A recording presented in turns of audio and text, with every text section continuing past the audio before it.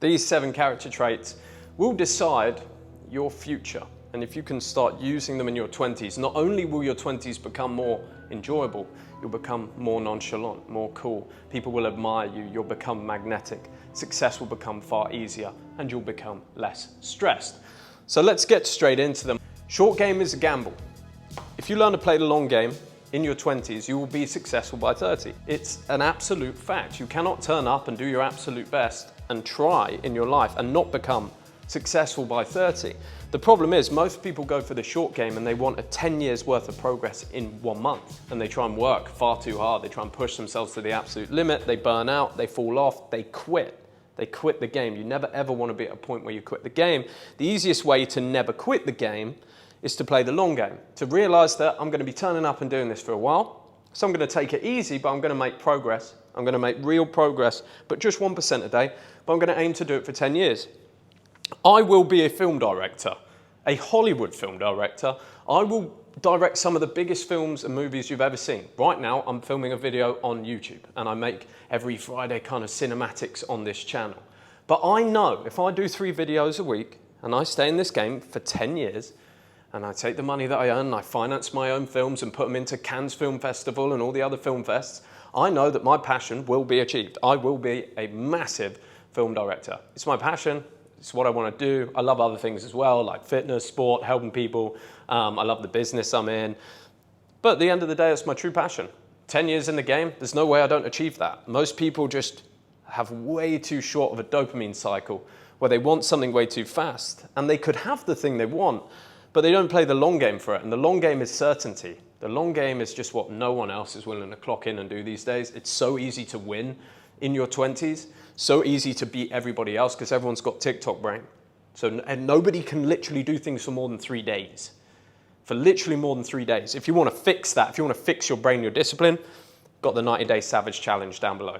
You're doing 8 set rules for 90 days. Not many people can do that. That will completely change your discipline, the way you see yourself, if you manage to do that. But coming up and over here, I believe in lion living. Hunt fast, chill long. Essentially, you either want to be hunting, working your absolute hardest, or you want to be not thinking about work at all and doing things you enjoy. Now, when I say things you enjoy, I don't mean going out, drinking, partying, destroying your health. That's not what I mean. I mean like reading a great book or chilling out by the beach or going and riding your motorbike or going on an adventure of some sort or going boxing or to the gym. Positive things for your life. I got this from Entourage. If you've ever seen the show Entourage, it's about Vinny Chase, and he's a fictional movie star in Hollywood. And it's him and his boys live together. Kind of reminds me a little of myself. Not that I'm a fucking movie star, but I live with my boys in a cool house in Dubai. We basically do whatever we want, and we work like this.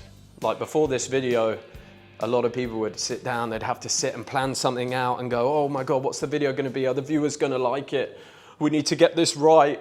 Me and Max just go and chill by the pool, work on our tan, hang out, talk to a couple girls by the pool. And then we're like, oh, should we go make some videos? Yeah, we should probably go and do that. What's a good idea? Oh, let's talk about character traits in your 20s. And now I'm here, I'm on. Now I'm here, I'm on. I'm only thinking about this. I'm not thinking about anything else. And that's how I work. I'm either on or I'm off. You do not want to get stuck in no man's land in the middle. No man's land, that's a horrible place to be. Half trying to chill, half thinking about all the things you haven't done, stressed out of your fucking mind, doesn't help you. Learn to be all on or all off. But the things that you do when you're off have to be productive. They can't be negative things. Like on your off time, don't be playing video games because it's going to spike your dopamine. It's going to make it very hard to do meaningful work. Don't be going out and drinking. Don't be watching porn, fucking jerking yourself silly. Not good ideas.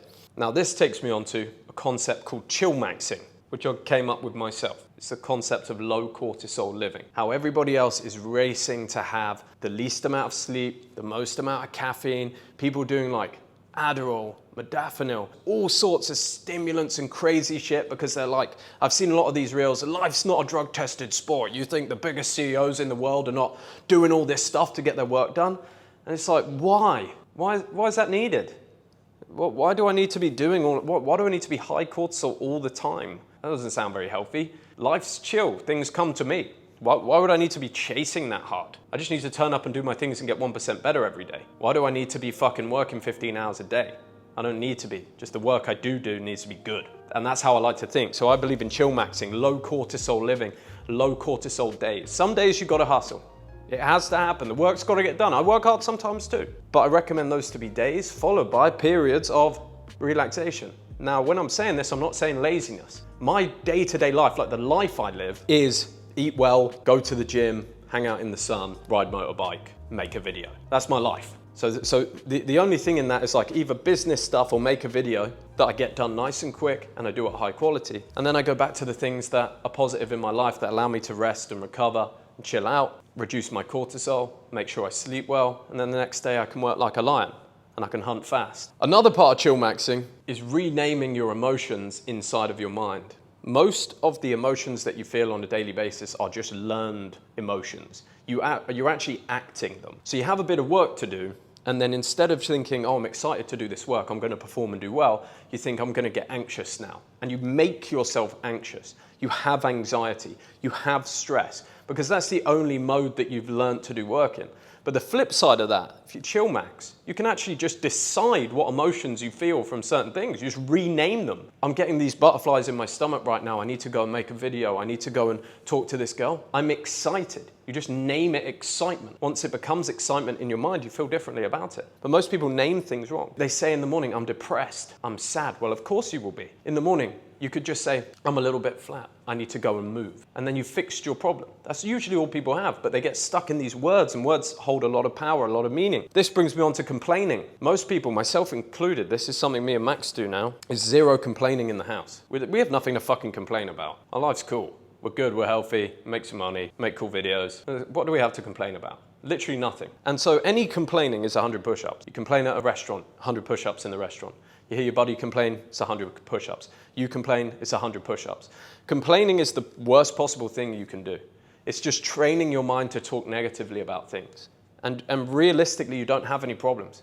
You don't have any real problems. And even if you do, complaining doesn't help the problem. So there's literally no point in ever complaining. Complaining is asking to pontificate and talk about a problem without solving it. Complaining has no place in the high-performance lifestyle. It has no place in the life of a savage. It's just something that shouldn't be done. I do it as well, and I want to fucking get rid of it. So the Chillmaxxing is like, no complaining. You're the positive guy. Do you know how refreshing that is?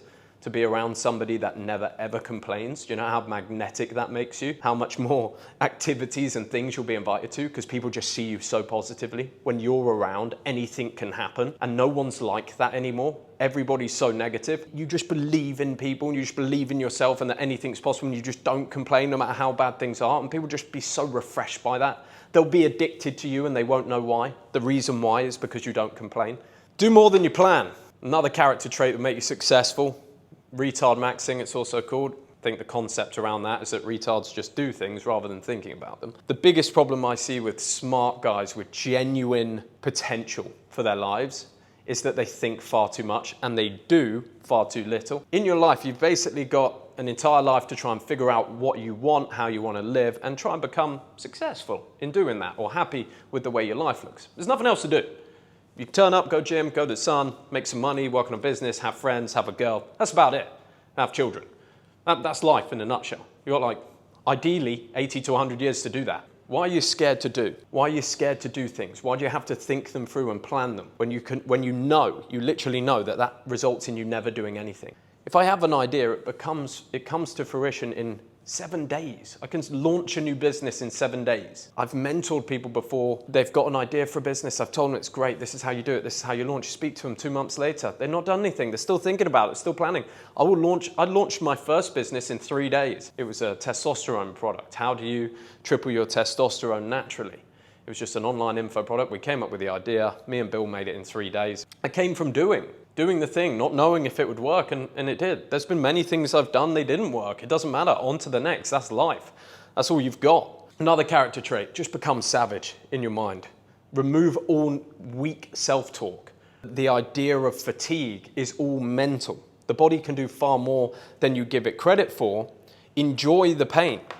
Pretend that the pain is not pain. All of the bad things that are happening should have zero effect on you, and you just act, even if you do feel fucked up. Just act like you're not tired. And over time, in your mind, you will just learn that. You will learn that behavior. Things won't be as hard.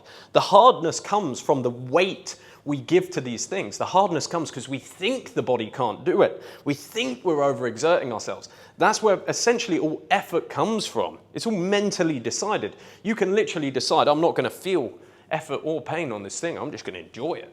This is awesome. That might sound crazy. That's 100% true. Now, this character trait in particular is how you build the life that you want in your 20s. You become chill and nonchalant about money. I remember the first time I ever did this. I read Tim Ferriss's 4-Hour Workweek. If you've not read it yet, it's a fantastic book, really worth reading. And he talks about this life of the new rich. And the concept of the new rich is that they don't save their money their whole lives in jobs that they hate to finally have a retirement at the end. They figure out what the cost of their dream life is, and they go after it now and have mini retirements where they live in the places they want to live. And I heard that for the first time, working my 9 to 5, and I was like, I'm in. That's a fucking great idea. Saved up my money, went to Thailand, started an online business. It all worked out. Fucking fantastic. I'll tell you why it worked out. It worked out because I was nonchalant about money. And that's what the book taught me. I was chill about money. I didn't need the money. I needed the lifestyle. That's what I wanted. Decide what your dream lifestyle is. If you had all the money and already had all the toys, already had the house, already had the car, already had the girl, what would you have to turn up and do every day to occupy your time? You couldn't party, you've bought everything. What would you do then? Because that's the point that you get to when you're ultra wealthy. And you have to figure out what to do with your life. Imagine you're there now. What do you do every day? And you normally return to something very fucking simple. So in my head, I thought, well, I would like to go to the gym with my friends. I'd like to still make videos because I have a real passion for filmmaking. I'd like to help people, and I'd like to hang out in the sun. Where can I do that? Where can I do those things now? Oh, I could do them in Thailand. What would be the cost of doing that? $2,000 a month. Okay, so I can go and do that 5 months now with my 10K I got saved. And during those 5 months, do I believe in myself enough to make 2K a month in some form of online business so I can just live that life forever? Is that my biggest goal? Is that what I have to achieve? Yeah, I'm pretty sure I can do that. I'll take that risk. Bang, went there. And the thing about this was, because it wasn't about the money, this was 4 years ago, I'm still making videos. I'm still living in the sun. I'm still going to the gym. I'm still enjoying my life. You become very relaxed around money, because you realize there's no rush to go anywhere. You do things because you've got passion for them. You do them because you want to get better. You want to be a better man. You want to have a better physique. You still strive for things, but you're very chill around money. You're not killing yourself over money. Why do you need to buy all these expensive things? That's why you ask yourself the question, what do you do once you've got the things? Because it very quickly puts you in the mindset of, well, once I've got the things, they'll no longer be interesting, and I'll go back to a fairly normal way of life. So you can just skip the middle bit, where you fucking give yourself golden handcuffs and you just work your fucking ass off in your entire life just to go back to doing things that you could have done originally with less money.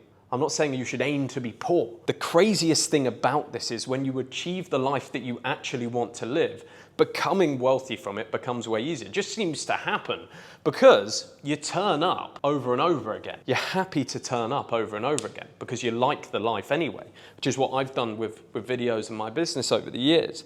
So you keep turning up, and all of a sudden you're making the money you want to make. So all you need to do is design the lifestyle, decide the allocated income to live that lifestyle, go and live your dream life. During that, as you build, you've already achieved what you wanted, and at that point you get very relaxed. You don't become lazy, you don't become a degenerate. There are little paths you can go down, they will not get you what you want, but if you stay focused on the thing you want and enjoying your life, you'll get there, and you'll have more money than you know what to do with. And finally, know when you're wrong. If you can have the character trait of knowing when you're wrong, being able to admit it and change path, you will become successful. You must be able to laugh at your own mistakes. You must also understand when other people make mistakes and understand if you want anything great in this life, then you are going to spend a lot of time racking up mistakes. You're going to spend a lot of time being wrong. Being wrong is absolutely okay. To be taught by anyone, you need to be able to be wrong. You need to be able to understand other points of view. The problem is some people are so obsessed with being right. They think they need to be right because when they were at school, they were told there was a right and wrong answer. And if you were right, it was good. If you were wrong, it wasn't. It's trained into your brain that taking a risk and maybe being wrong is a bad thing. Being wrong is literally just following the path to being right. When I first started out, and I was obsessed with becoming rich. Before I knew any of this, I wanted to get rich in sales, like Wolf of Wall Street style. So I worked there, worked my ass off, didn't get rich, wasn't making enough money. Then I started a cleaning company in university, tried to get rich through that, didn't work out. Tried a marketing company, didn't work out because I hated the life I was living. Went after my passion, made a fairly decent amount of money. Still love what I'm doing, still doing the same thing, have a big goal that I know I will get to because I love the game and I just ain't leaving. So if not me, then who? Who else is doing it? No one's going to turn up that consistently. I know that's all I need to do is just turn up over and over again to get there. If I'd stayed and I'd locked in and I'd not been able to know I was wrong when I started my cleaning company, not known I was wrong when I started my marketing company, not known that sales was wrong to me by listening to my gut, I'd still be stuck doing those things now, going over and over again. And I think this depends on the person, because some people will say, oh, you can become a millionaire in any business, just choose a business, become obsessed with money. For me, I'm more of a creative. I've got more, I think, of a soul in regards to what I spend my time doing, and I like to enjoy what I'm doing. I like to enjoy my life as I live it, as I work. Some people are more analytical and they can force themselves to do those things, but this is just how I live. So if you master these 7 character traits, you've got a good chance of being successful in your 20s. Hope you guys enjoyed it. See you inside the 90 Day Savage. It's underneath this video. See you on the next one. Whoop-ha!